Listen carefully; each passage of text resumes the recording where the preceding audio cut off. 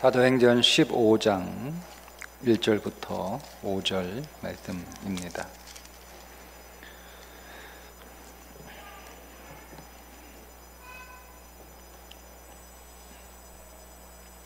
함께 읽겠습니다. 어떤 사람들이 유대로부터 내려와서 형제들을 가르치되 너희가 모세의 법대로 할례를 받지 아니하면 등이 구원을 받지 못하리라 하니 바울 및 바나바와 그들 사이에 적지 아니한 다툼과 변론이 일어난지라. 형제들이 이 문제에 대하여 바울과 바나바와 및 그 중에 몇 사람을 예루살렘에 있는 사도와 장로들에게 보내기로 작정하니라.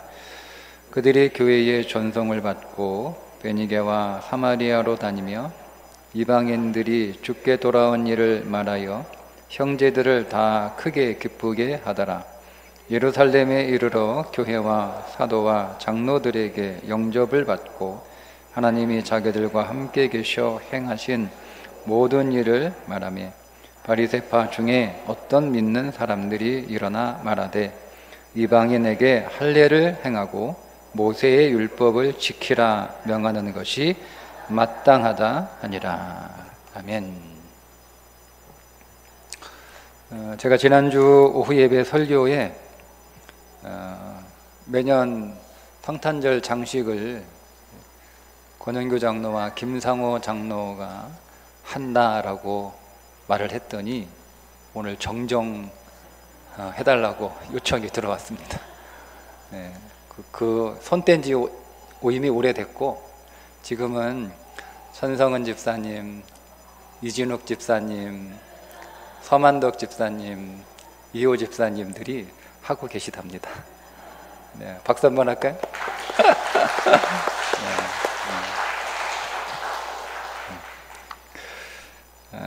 오늘 본문은 여러분 뭐 잘 알고 있는 내용이죠. 초대교회의 아주 뜨거웠던 이슈, 그게 뭐냐면 할례 문제였습니다.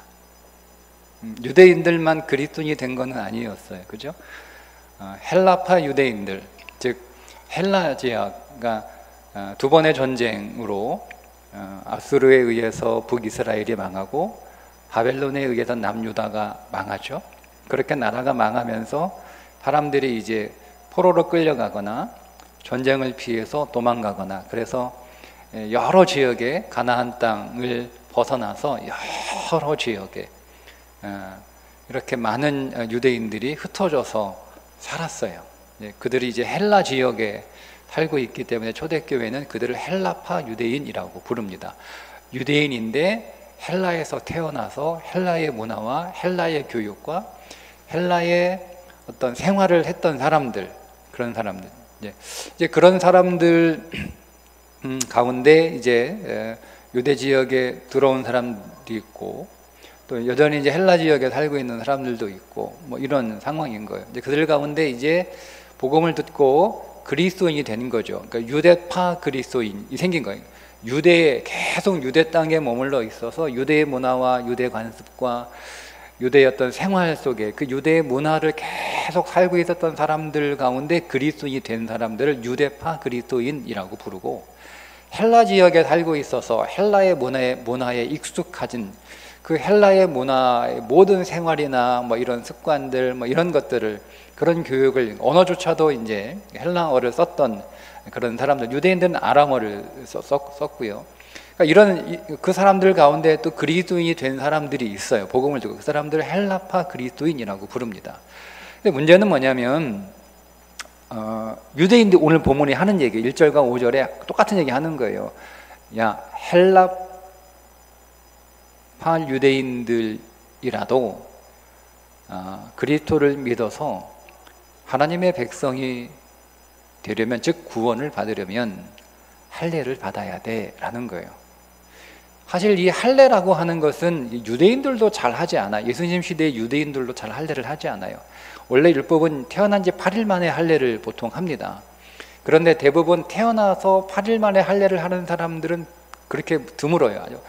아주 극소수의 사람들만 그렇게 하고, 대부분 성인이 돼서 보통 20살, 15살, 20살 이렇게 좀 나이가 들어가지고 할례를 보통 받았고, 그나마도 할례를 받는 사람들도 그렇게 많지 않았어요. 그러니까 여러분, 사도 바울이 내가 난지 8일 만에 할례를 받았다라고 얘기하는 건 뭐냐면 아주 보수적인 유대인이었다는 뜻이에요.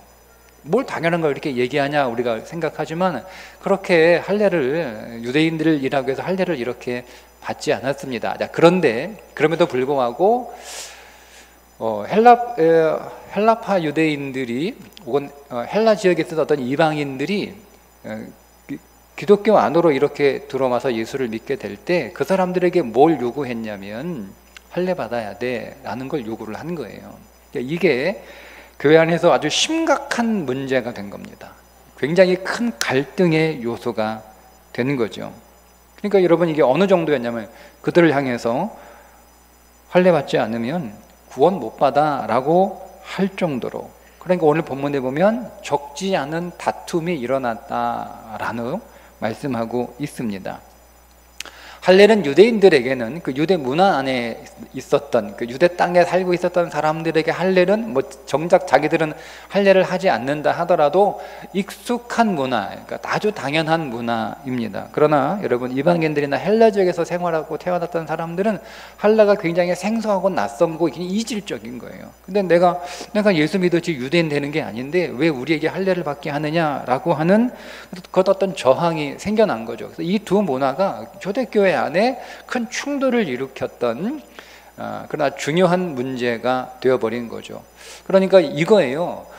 유대 전통 가운데 있었던 사람들이 이방 전통 가운데 있는 사람들에게 그리스도인이 되려면 유대인이 되라는 거예요.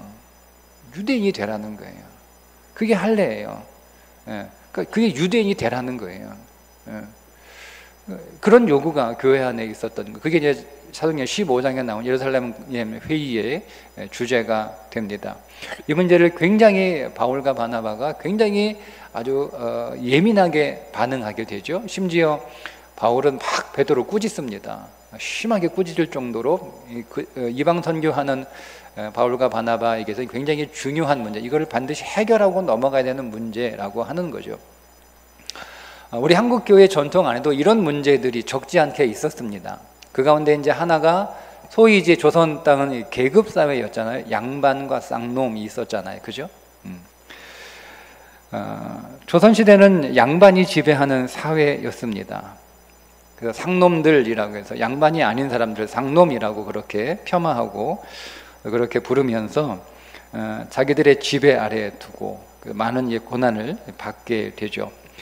그 상놈이라고 부르는 사람들 가운데 상놈의 대표적인 대명사가 누구였냐면 백정이었습니다. 그 당시 백정. 여러분, 그 당시 백정은 기와집에서 살 수 없었습니다. 살면 안 됩니다. 살 수 없는 게 아니라 살면 안 됩니다. 비단 옷도 입을 수 없습니다. 갓도 신도 신을 수 없습니다. 하면 안 되는 거예요. 돈이 없어가지고 기와집 못 살고 돈이 없어서 비단옷 못 입는 게 아니고 기와집에 살면 안 되는 거예요. 백정은 비단옷도 입으면 안 되는 거예요. 백정은 갓도 하면 안 되는 거예요. 그러면 상투도 못 트는 거죠. 상투도 틀면 안 되는 거예요. 신도 신으면 안 되는 거예요.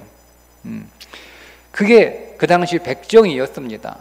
여러분, 양반이 지나가면 백정은 길을 비켜서야만 했습니다.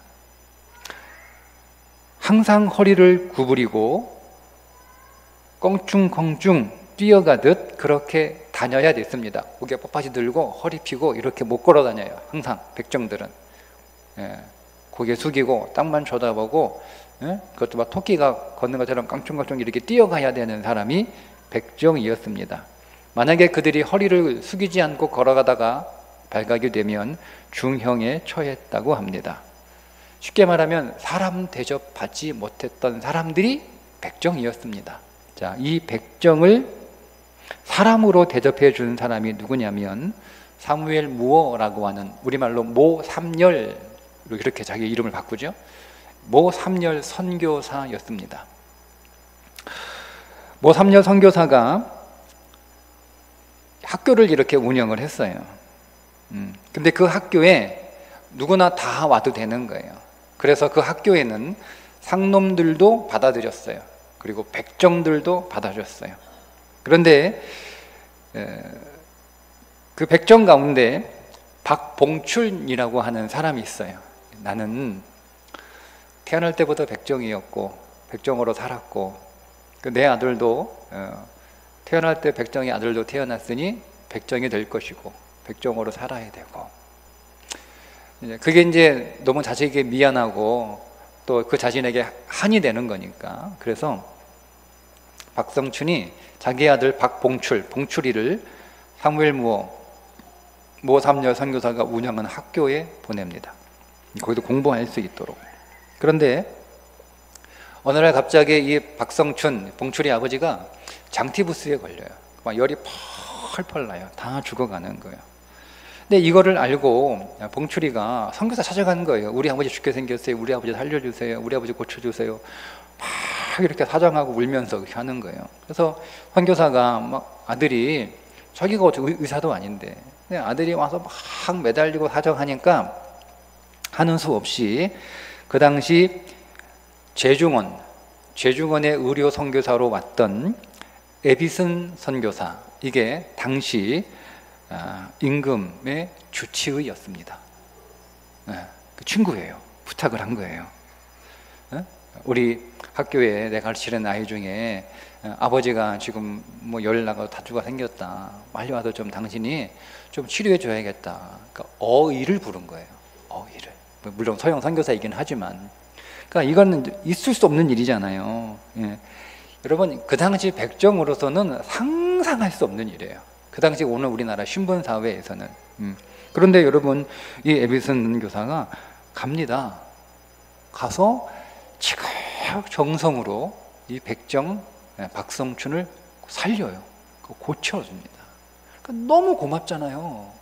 네? 고맙잖아요. 아니, 그런 대접을 받아본 적이 없는 거예요. 사람 취급도 못 받았는데 그냥 이 사람들은 아프면 그냥 죽어야 되는 거예요. 누가 와서 뭐 간호해주고 아프냐고 약 주고 이런 건 상상할 수도 없어요.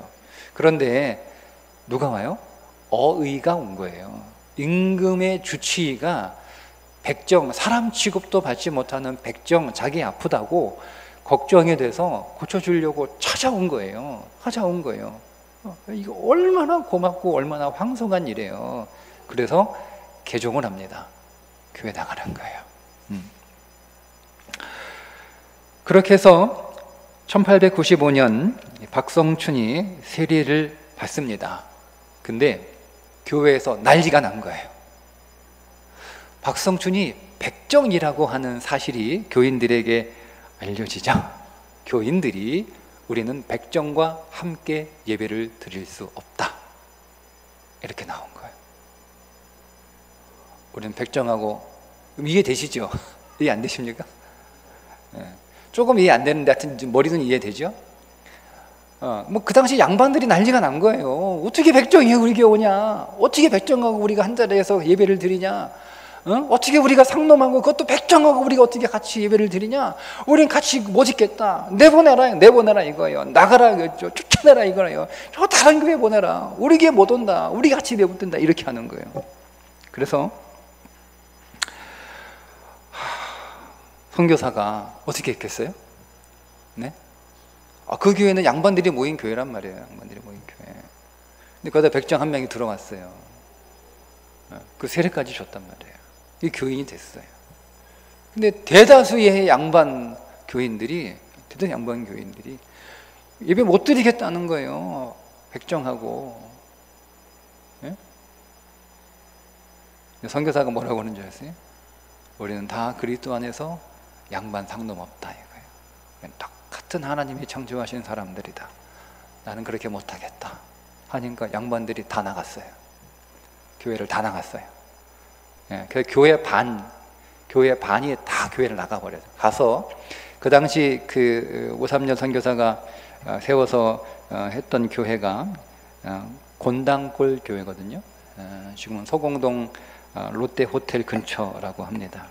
다 나갔어요. 그래도 안 나오니까 근데 겁날 거 아니에요. 근데 그래도 예수 사랑 앞에 사람 차별은 없다. 하고 계속 설득하는 거예요. 안 나온 교인을 찾아가서 복음은 그런 게 아니다. 예수 사랑은 그런 게 아니다. 하나님은 우리 모두를 다 똑같이 대우하신다. 하나님 안에서 우리는 차별이 없다. 다 똑같다.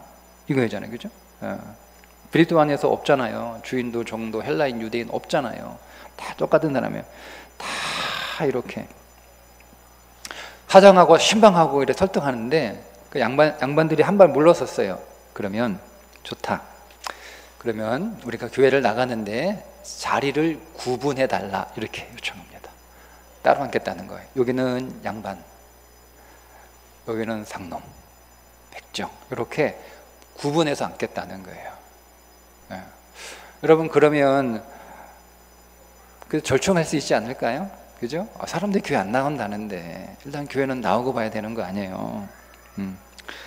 그런데 선교사는 그것 받아들이지 않았어요. 받아들일 수 없다. 그런 일은 있을 수 없다. 거절했습니다. 그래서 교인들이 다 나가서 교회를 개척합니다. 그게 홍문숙골 교회입니다. 따로 교회를 세웠어요. 그러니까 이 박성춘은 아픈 자기를 찾아와서 치료해 준 것도 너무너무 고마운 거 아니에요. 그렇죠? 그래서 사정이 이렇게 됐으니 미안합니다. 교인들이 아시잖아요. 이거 여러분 박성춘이 이해를 왜 못합니까? 평생 그렇게 차별받으면서 살았는데 그거를 자기의 운명이라고 당연히 받아들여요. 그러니까 선교사가 와서 양해를 구하고 미안한데 지금 교인들 다 나가고 교회도 안 나오고 그러고 있으니까 어떡하냐. 당신이 좀 이해해달라.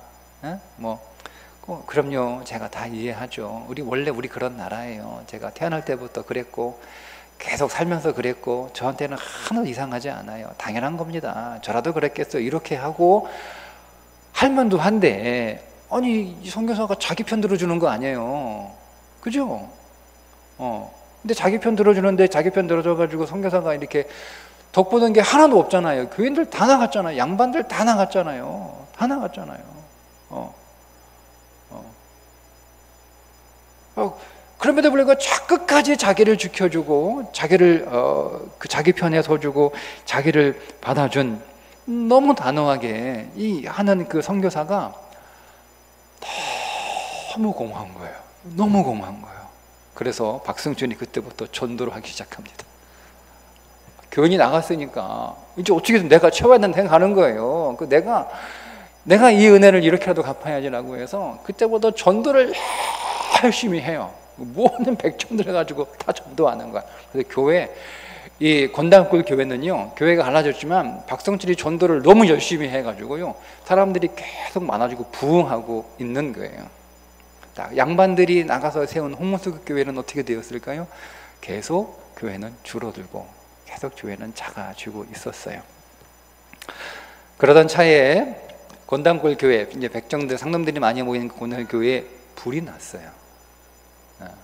불이 난 교회가 다 타버렸습니다.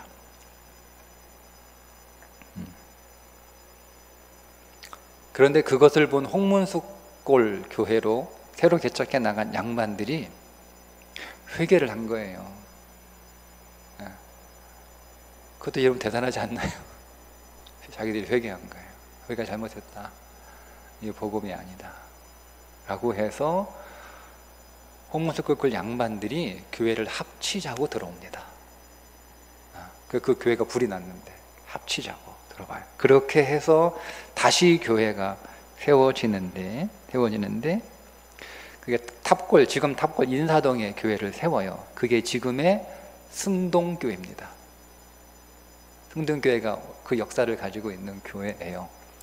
자, 그 승동교회에서 이제 제가 말씀드렸죠. 백정과 양반이 그 교회 다니고 있다고. 자, 그 가운데 한 백정이 누구냐면 말씀드린 박성춘입니다. 그런데 그 양반들 가운데 누가 있었냐면 흥선대원군의 친척 왕손인 이재형이 그 교회에 다니고 있었어요. 그러니까 한 교회에 왕손과 백정이 다니고 있는 거예요. 그런데 교회에서 이제 장로를 세우는데 자, 왕손 이재영과 백정 박봉춘이 장로 후보가 돼요. 누가 장로가 되었을까요? 네, 박성춘. 왕손을 제치고 박성춘이 장로가 됩니다. 네. 그리고 그 뒤에 왕손 이재영이 3년 뒤에 장로가 됩니다. 그러니까 여러분, 우리가 보통 생각하면 왕손이 먼저 장로가 됐어야 되는 거예요. 그죠? 근데 그런 일이 일어나지 않았어요. 근데 이것을 교회가 다 받아들이고 인정하고 한 거예요. 당연히 박성춘이 장로니 먼저 장로가 되어야 된다. 박성춘이 그가 장로가 될 만하다. 왕손인 나보다 박성춘이 훨씬 더 신앙이 훌륭하고 훨씬 더 믿음이 좋다. 우리 교회에 왕손인 나보다 박성춘이 훨씬 더 교회에 유익하고 그가 우리 교회에 있는 것이 훨씬 더 교회에 도움이 되고 훨씬 더 일을 잘한다. 이렇게 된 거예요. 교회 안에서. 이게 갈등의 요소가 아니고 이게 정말 기쁜 일이 된 거예요. 이게 우리 한국 교회가 가지고 있는 놀라운 믿음의 전통입니다. 봉출이는 어떻게 됐을까요? 봉출이는 공부 열심히 해서 한국인 최초의 양인 의사가 됩니다. 최초의 양인 의사예요. 그런 병원도 세우고, 그리고 독립운동도 후원하고, 독립활동도 하고, 그런 훌륭한 일들을 해요. 아버지 박성출은 어떻게 되었을까요? 교회 장로로 그의 인생이 끝나지 않습니다. 그는 1895년 4월 모삼열이 박성춘과 함께 정부에 백정에 대한 차별을 철폐해 달라라고 하는 상소를 올립니다. 박성춘이 그때부터 신분 철폐, 이런 그 백정 차별 참패 이 운동을 해요. 그러니까 여러분, 이건 그 당시 사회에서 상상할 수 없는 운동이에요. 이게 되지도 않아요. 될 거라고 생각하지도 않아요. 근데 그 일을 한 거예요. 근데 여러분, 정부가 그 청원을 받아들입니다. 그래서 백정들은 평민들하고 똑같이 초립과 망건을 착용해도 좋다라고 허락을 받아요. 그동안 백정들은 인구조사에서 빠졌습니다. 그러니까 사람으로 취급하지 않은 거예요. 인구조사에 헤아리지도 않았어요. 근데 그 다음에 3월 인구조사에서 빠졌던 백정들이 인구조사에 포함하게 됩니다. 그래서 똑같이 일반 평민하고 똑같이 대우를 받게 해달라라고 하는 거죠. 여러분, 교회가 한 사람의 운명을 바꿔놓은 거예요. 이 사람은 교회가 아니었으면, 복음을 만나지 않았으면, 그리스도가 없었으면 그는 여전히 백정으로 태어났으니 백정으로 살다가 백정으로 죽을 것이고, 그의 아들도 백정의 아들이었으니 백정으로 살다가 백정으로 죽을 운명이었습니다. 누구도 자기의 운명을 바꾸어 줄 수 없어요. 그 어떤 백정들도 자기의 운명을 바꾸겠다라고 생각하지도 않아요. 기대하지도 않아요. 그런데 복음을 가진 한 선교사가 그리스도 안에서 차별은 없다, 하나님에서 모든 인간은 다 동등하다라고 하는 그 복음을 굳게 지키고 그 복음 안에 서게 될 때, 물론 좀 갈등은 있었지만 그들이 한국 역사에 훌륭한 삶을 살아가는, 인생을 바꾸어 놓는 일이 이루어졌잖아요. 네. 완전히 인생이 바뀐 거예요. 후에 이 백정이었던 박성춘은 후에 은행원이 됩니다.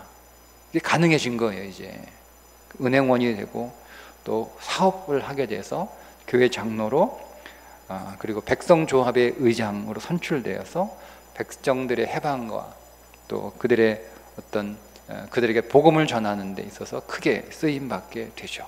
그 아들 말씀드린 것처럼 당시 그 세브란스 의전을 졸업한 학생 가운데 한 명이 최초의 양인 의사가 돼서 민족 교육 독립기관인 숭신학교를 세워서 청년 교육을 하고 3.1운동 때 만주 지역에 조직된 독립운동 단체 대한국민회에 적극 참여해서 독립운동도 하고 이런 일들을 하는 거예요. 여러분, 오늘 말씀을 그 상황에 적용하면 이런 얘기예요. 백정들에게 양반이 되라는 거예요. 너희들이 양반이 되면 같이 예배 드릴 수 있다는 거예요. 너희들이 양반이 되면 같은 교회 다닐 수 있다는 거예요. 양반이 될 수 있습니까? 백정이 양반이 될 수 있나요? 근데 양반이 될 수 없는 백정들에게 양반이 되라는 거예요. 그게 할례 받지 않는 이방인들에게 할례를 받으라는 말과 같은 의미예요. 근데 교회 안에, 초대교회 안에 이런 문제가 생겼던 거죠. 그리고 한국교회 역시 그런 문제, 그런 문제만 있는 게 아니에요. 제가 다음 주에 또 나눌 테지만 남녀 문제는 어떻습니까? 교회에 커튼 치고 예배 드렸어요. 한쪽은 여자, 한쪽은 남자. 네. 그러니까 이런 복음이 우리 안에 들어오게 되면 이런 문화적인 충돌들은 항상 빚어지는 거예요. 그럼 우리가 이것을 복음으로 어떻게 해석하고 어떻게 받아들이고 어떻게 반응하냐에 따라 그 복음이 생명력을 갖고 확산돼서 부흥으로 나갈 것이냐 아니면 그냥 거기서 끝날 것이냐라고 하는 문제이죠. 제가 지난주에 잠시 말씀을 드렸는데 이제 한국교회 방향은 딱 세 가지로 정해졌습니다. 이게 한국교회 흐름입니다. 한국교회 동향입니다. 3040 세대. 여러분, 지금 한국교회를 지탱하고 있는 세대가 5060 세대죠. 그죠? 5060 세대가 한국교회를 지탱하고 있습니다. 자, 이 한국교회를 지탱하고 있는 헌신하고 또 섬기고 수고하고 한국교회를 이끌어가는 이 5060 세대의 이 신앙의 바톤을 3040에게 지금 물려줘야 되는데 그들이 그 바통을 받을 수가 없어요. 코로나를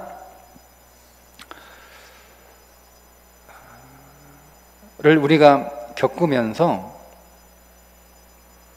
코로나 이전에 교회에 나오던 3040 중에 코로나를 겪고 나서 코로나가 지나고 난 뒤에 교회에 나오는 3040 세대의 비율을 조사해 보니까 무려 31.7%가 교회를 이탈했습니다. 교회를 떠난 거예요. 그러니까 이 교회를 나오지 않는 30세대 가운데 약 32%의 사람들이 교회를 나오지 않는데 교회를 나오지 않는 3040 이 32%의 사람들은 두 종류로 갈려집니다. 하나는 정말 교회를 안 나오는 가난한 교인이 되거나 아니면 집에서 영상으로 예배드리는 사람들이 되거나 둘 중에 하나라는 거예요. 그렇게 이동을 해버렸어요. 그 교회 안에서 교회 활동을 가장 하지 않는 그룹이 누구냐면 3040들입니다. 우리 교회는 그렇지는 않은데 또 완전히 그렇지도 않은 게 아니에요. 유독 3040 세대들 가운데 자리에 헌신하지 않는 사람들의 비중이 있는 거죠. 우리 교회는 약간 좀 예외적인 경우이긴 합니다. 한국 교회 전체적인 분위기가 그렇다는 거예요. 약 60% 정도가 3040의 60% 정도가 교회 안에서 활동을 거의 하지 않고 예배만 드리고 그냥 가는 거예요. 예배만 드리고 가는 사람들의 비율이 30세대가 여기 60%에 된다라고 하는 겁니다. 굉장히 큰 비율이죠. 그들이 왜 그렇게 되었냐면 두 가지 이유 때문에 그렇게 되었다라고 분석을 합니다. 하나는 뭐냐면 신앙이 약화됐기 때문에 그렇다는 거예요. 그러니까 신앙이 그들 3040 세대의 신앙이 5060 그 앞에 있는 세대들보다 신앙이 더 약해진 거죠. 두 번째 이유는 뭐냐면 3040이 살기가 힘들어졌다는 겁니다. 살기가 많이 힘들어졌다는 거예요.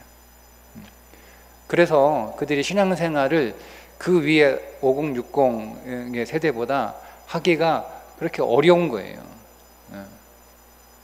그러면 우리가 이 3040 세대, 그러니까 3040만을 위한 교회가 아니고요, 우리가 신앙을 이렇게 물려줘야 되는데 그 신앙을 물려서 받을 사람이 3040이라는 거예요. 그러니까 우리가 그 세대를 잘 이해하고 그들에 대해서 공부하고 준비하지 않으면 이 신앙을 그들에게 잘 물려줄 수가 없어요. 그러니까 우리가 여러분 그들을 잘 연구하고 고민하고 준비하고 기도해서 그들을 우리의 신앙을 잘 받을 수 있는 사람들로 준비시켜줘야 되는데, 그거 없이 그냥 알아서 신앙 받아라, 뭐 우리는 준비하고 받았냐? 선배가 이렇게 그냥 교회 이렇게 섬겨야 돼, 이렇게 예배해야 돼, 뭐 이렇게 일해야 돼, 뭐 이렇게 하니까 우리 그냥 그거 보고 하라는 대로 그냥 그렇게 하느냐고 그렇게 우리가 했지, 뭐 우리가 그거 다 배웠냐? 우리도 그렇게 안 했으니까 너희들도 그냥 우리 그냥 받아, 그러니까 우리가 한 거 그렇게 해, 그렇게 하는 거야. 그러니까 이렇게 되지 않는다는 거예요. 왜냐하면 완전히 문화가 달라요. 문화가 달라요. 그러니까 전혀 다른 세계에 살고 있는 사람들이 3040 세대들입니다. 그러니까 우리가 그 사람들이 우리의 신앙을 잘 물려줘야 되는 거잖아요. 근데 그들이 여러분 신앙을 잘 물려받지 않으면 어떤 일이 벌어지냐면 3040이 교회 학교를 쥐고 있어요. 무슨 얘기냐면 3040의 자녀들이 교회 학교 아이들입니다. 그러니까 3040에 상당히 많은 숫자들이 거의 60% 가까운 사람들이 교회를 안 나온단 말이에요. 그러면 자연스럽게 그들의 자녀들이 교회를 안 나오는 거예요. 그러면 가뜩이나 인구가 줄어가지고 교회 학교가 줄어드는데, 그 줄어드는 가운데 부모가 3040인데 가난한 성도거나 온라인으로 예배드리는 부모들이, 그럼 자기가 그렇게 여러분 교회 안 나가거나 영상으로 예배드리는데 애 교회 보내겠습니까? 안 보내죠. 안 보내죠. 그러니까 자기 자녀들도 교회 보내지 않는 거예요. 재밌는 통계가 나왔는데 교회 학교 아이들의 신앙에 영향을 주는 사람이 누구일 것 같아요? 교회 학교 선생님? 꼴찌입니다. 꼴찌. 선생님들한테 미안한데 선생님의 영향을 받는 비율은 꼴찌예요. 꼴찌. 제일 밑에 있어요. 비율이. 제일 큰 영향을 받는 게 누구냐면 부모입니다. 1등이 어머니, 2등이 아버지, 3등이 목사입니다. 목사는 엄마 아빠한테서 지는 거예요. 이게 지금의 한국계 동향이에요. 근데 그러니까 그 부모의 신앙을 자녀가 보고 전수해 가는 거예요. 근데 내 부모, 내 어머니, 내 아버지가 신앙에 관심이 없어요. 교회를 안 나가. 교회를 잘 나가다가 코로나 때 아이고 마침 잘 됐다. 그러니까 교회에서 여러분 기회가 되면 교회를 안 나갈 마음의 준비를 하고 있는 사람들이 3040세대입니다. 3040세대입니다. 이 사람들은 교회를 안 나갈 준비를 하고 있는 거예요. 그래서 그 건수가 딱 생기면 언제든지 교회 안 나갈 마음을 먹고 있는 사람들이에요. 이게 3040이에요. 우리 그걸 알고 있어야 되는 거예요. 지금은 이제 여러 가지 이유 때문에 교회 이렇게 억지로 나오긴 하는데 3040의 많은 세대들이 이제 기회만 생기면, 이제 교회 안 나올 구실만 생기면 안 나올 준비를 하고 있는 사람들이에요. 그러면 이 사람들이 신앙생활 제대로 하겠어요? 그러니까 이제 마침 잘 됐다. 코로나 핑계로 안 나오는 거예요. 마침 잘 됐다. 이미 그 전부터 그랬거든요. 그리고 이제 교회 밝길 끄는 건 또 할 수 없으니까 이제 영상으로 예배를 드리는 거죠. 영상으로. 영상으로 예배를 드리는 거예요. 집에서 예배 드리거나, 뭐 집에서 예배 드리겠어요? 뭐 놀러 가서 예배 드리거나 하겠죠. 그거를 그의 자녀들이 배우는 거예요. 그러면 3040의 문제가 아니라 그 밑에 있는 모든 세대가 문제가 되는 거예요. 그럼 한국교회의 지금의 신앙을 이어받을 수 있는 세대가 없다라고 아주 좀 과하게 표현하면 없을 수도 있어요. 그러면 지금 5060으로 한국교회가 끝날 수도 있다라는 위기를 갖게 되는 거죠. 그러니까 교회 안에 5060밖에 없는 거예요. 밑에는 없어요. 그러니까 우리 교회는 참 다행이긴 한데 한국교회 전체의 동향이 이러는 거죠. 그럼 우리가 어떻게 해야 되는 거죠? 그들을 이해해야 되는 거예요. 그들을 이해하는 정도가 아니고 우리는 그들을 이해하기 위해서 공부해야 되는 거예요. 그들을 연구해야 되는 거예요. 그래서 그들이 교회 안으로 들어와서 신앙생활을 할 수 있는 그런 장을 만들어주고 그런 기회를 만들어주고 그런 소미를 내밀어줘야 되는 거죠. 그러니까 우리가 신앙생활을 했던 방식으로 그들에게 손을 내밀면 그들은 우리는 그렇게 살았으니까 그렇게 왔어요. 근데 여러분, 상공사공은 그렇지 않다는 거예요. 교회 상공사공들에게 설문조사를 해서 당신들이 교회에서 정말 좋은 게, 당신이 다니고 있는 교회에서 제일 좋은 게 뭐냐라고 설문했더니 첫 번째가 뭐냐면, 첫 번째가 나는 우리가 이래서 좋다. 그러니까 우리 교회 소그룹이 잘 돼서 좋다. 교회 안에 교제와 관계가 잘 돼서 좋다는 게 1등이에요. 설교가 좋다, 이거 1등 아니에요. 그 3등이요, 3등. 두 번째가 뭔지 아세요? 우리 교회는 세상의 문제에 관심을 갖고 세상의 환경의 문제, 세상의 인권의 문제, 세상의 소수자의 문제, 세상의 가난한 자의 문제, 이런 거에 우리 교회는 관심을 갖고 그런 것에 대해서 우리가 기도하고 함께 노력하고 힘쓰고 있다. 이게 두 번째래요. 그러니까 여러분, 상공사공은 그러니까 다른 거예요. 교회가 그런 멋진 곳이었으면 좋겠어요. 그 이전 때들은요, 우리가 교회를 정할 때 목사님 설교가 어때? 그 교회는 뜨거워. 기도회는 뭐 예배가 뭐 은혜가 넘쳐. 이런 거 찾았거든요. 그죠? 예? 제일 먼저 그거 찾았단 말이에요. 근데 항상 그런 걸 찾지 않아요. 그 교회는 소그룹이 잘 돼 있는가? 교인 간의 교제를 그러니까 여러분 보세요. 이제는 우리는 제가 말씀드렸잖아요. 세 가지 방향으로 흘러간다. 3040, 소그룹, 세대 통합이에요. 그러니까 지금 쉽게 얘기하면 우리 구역이 잘 돼야 되는 거예요. 근데 구역이 잘 되는 게 잘 모이려면 그 구역 안에서 모일 때 서로의 관계가 잘 이루어져야 되는 거예요. 응? 근데 가가지고 내가 구역 모임 갔는데 성격 이상한 사람 하나 있어가지고 계속 상처만 받고 오는 거예요. 그죠? 그럼 어떻게 할 거예요, 여러분? 목사가 아무리 설교가 은혜가 있고 여러분 아무리 예배가 뜨거워도요, 소그룹에서 딱 상처를 받으면 앞으로 상공사대는요 되는 거예요. 이 교회 좀 별론데 이거예요. 그러니까 그들이 선택하는 게 그게 1순위라는 거예요. 그러니까 오늘 우리가 이제 구역 신령한 그 영적인 교통과 교제를 통해서 내가 교제에서 내 마음을 싹 털어놓고 위로받고 또 존중받고 또 그렇게 격려받고 중보로 기도해주고 힘이 나고 소망이 생기고 뭐 이런 곳이 돼야 되는데, 가면 보세요 여러분, 내가 그 모임에 갔는데 불안한 거예요. 항상 불안한 거예요. 오늘은 또 이런 거예요. 조마조마하고 아슬아슬 불안하고 그러는 거예요. 때로는 스트레스도 받고 짜증도 나고. 그러면 여러분 그게 오겠습니까? 그러니까 우리 오늘 구역 준비를 해야 되는 거죠. 두 번째가 말씀드린 것처럼 저 교회는 사회 문제에 관심을 갖는가, 이 지구 환경에 대해서 관심을 갖는가, 이걸 보는 거예요. 보는 거예요.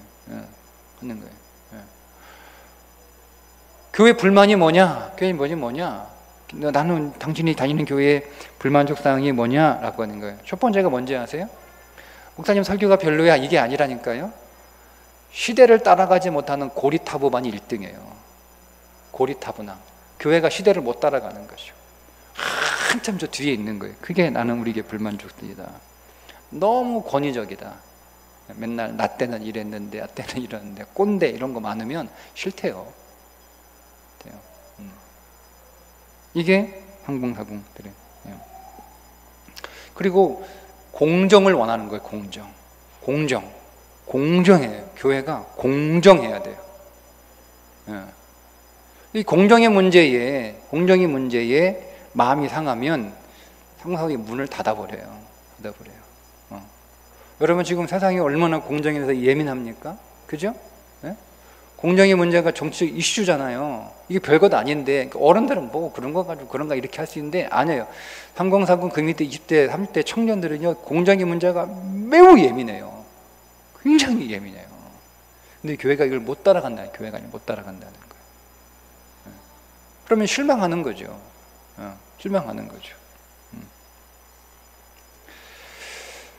그러니까 오늘 우리가 이 상공세를 잘 이해해서, 우리하고 문화는 다르지만 이런 거예요.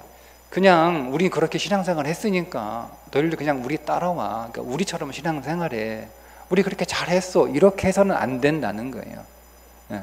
그들을 이해하고 그들이 신앙생활 잘할 수 있도록 우리가 그 장을 만들어주는 세대가 되지 않으면 우리 교회도 위험합니다. 위험합니다. 제가 오래전부터 제가 지금 50대, 40대 후반 집사님 만나면 제가 오래전부터 늘 했던 질문이 그거예요. 20년 후에 당신의 자녀가 우리 교회 다니고 싶은 교회일 것 같냐라고 제가 도전했어요. 지금은 우리가 다니는데, 여러분 지금은 우리 교회 다니는데 불편하십니까? 불편도 있는지 모르겠으나 그냥 괜찮죠? 불편하지 않죠? 그죠? 우리는 좋아요. 우리는 그냥 이대로 교회 다니는 게 딱 불만이 없어요. 또 힘들면 좀 적응하면 되고 받아들이면 되는 거잖아요. 뭐 어려운 것도 아니잖아요. 뭐 그렇게 살았는데, 그죠? 네. 그러니까 우리는 그냥 여기서 어떤 변화하지 않아도, 어떤 도전을 하지 않아도 그냥 이대로 이 모습 이대로 쭉 하면 뭐 짧으면 10년, 뭐 길면 20년 정도는 그냥 우리 신앙생활 할 수 있어요. 그죠? 네. 근데 우리 아들과 딸들이 10년 혹은 10년 뒤에 그들이 우리 제일교회가 다니고 싶은 교회이냐는 거예요. 우리 아들과 딸들이 난 우리 제일교회 너무 좋아, 난 우리 교회 정말 다니고 싶어, 난 우리 교회 너무 좋아, 이렇게 할 수 있는 교회이냐라는 거죠. 우리는 그 도전을 해야 되는 거예요. 나는 좋은데, 나는 편한데, 나한테는 익숙한데, 나한테는 괜찮은데, 우리 자녀, 우리 아들, 우리 딸들이 그들도 다니고 싶은 교회, 그들도 머물고 싶은 교회, 그들도 오고 싶은 교회, 그들도 만나고 싶은 교인들, 그런 교회가 될 수 있냐라는 거예요. 일단 교회를 나와야 주님을 만날 거 아니에요. 주님을 나와야 주님을 경험할 거 아니에요. 그러니까 우리 이제 준비하셔야 됩니다. 준비하셔야 돼요. 그래서 오늘 우리 자녀들에게, 우리 후배들에게 좋은 교회 만들어서 물려줬으면 좋겠어요. 우리한테 좋은 교회가 아니라, 그죠? 우리한테 좋은 교회, 우리한테도 좋고 우리의 자녀들에게도 좋은 교회. 우리도 이 교회에서 회복하고 힘을 얻고 소망을 갖고 꿈을 꿀 수 있는 교회일 뿐만 아니라 우리 자녀들에게도 그들이 교회에서 위로받고 회복되고 힘을 얻고 꿈을 꿀 수 있는 교회, 그런 교회가 여러분 되면 좋겠습니다. 근데 그래서 우리가 이제 더 많이 기도해야 되고 준비해야 되고 노력해야 되고, 때로는 아프지만 오늘 우리 자신을 부인하는 일도 있어야 될 것 같습니다. 우리가 그 마음을 함께 품고 저와 여러분이 한 미도 안에서 기도했으면 좋겠어요. 같이 준비했으면 좋겠습니다. 기도하겠습니다.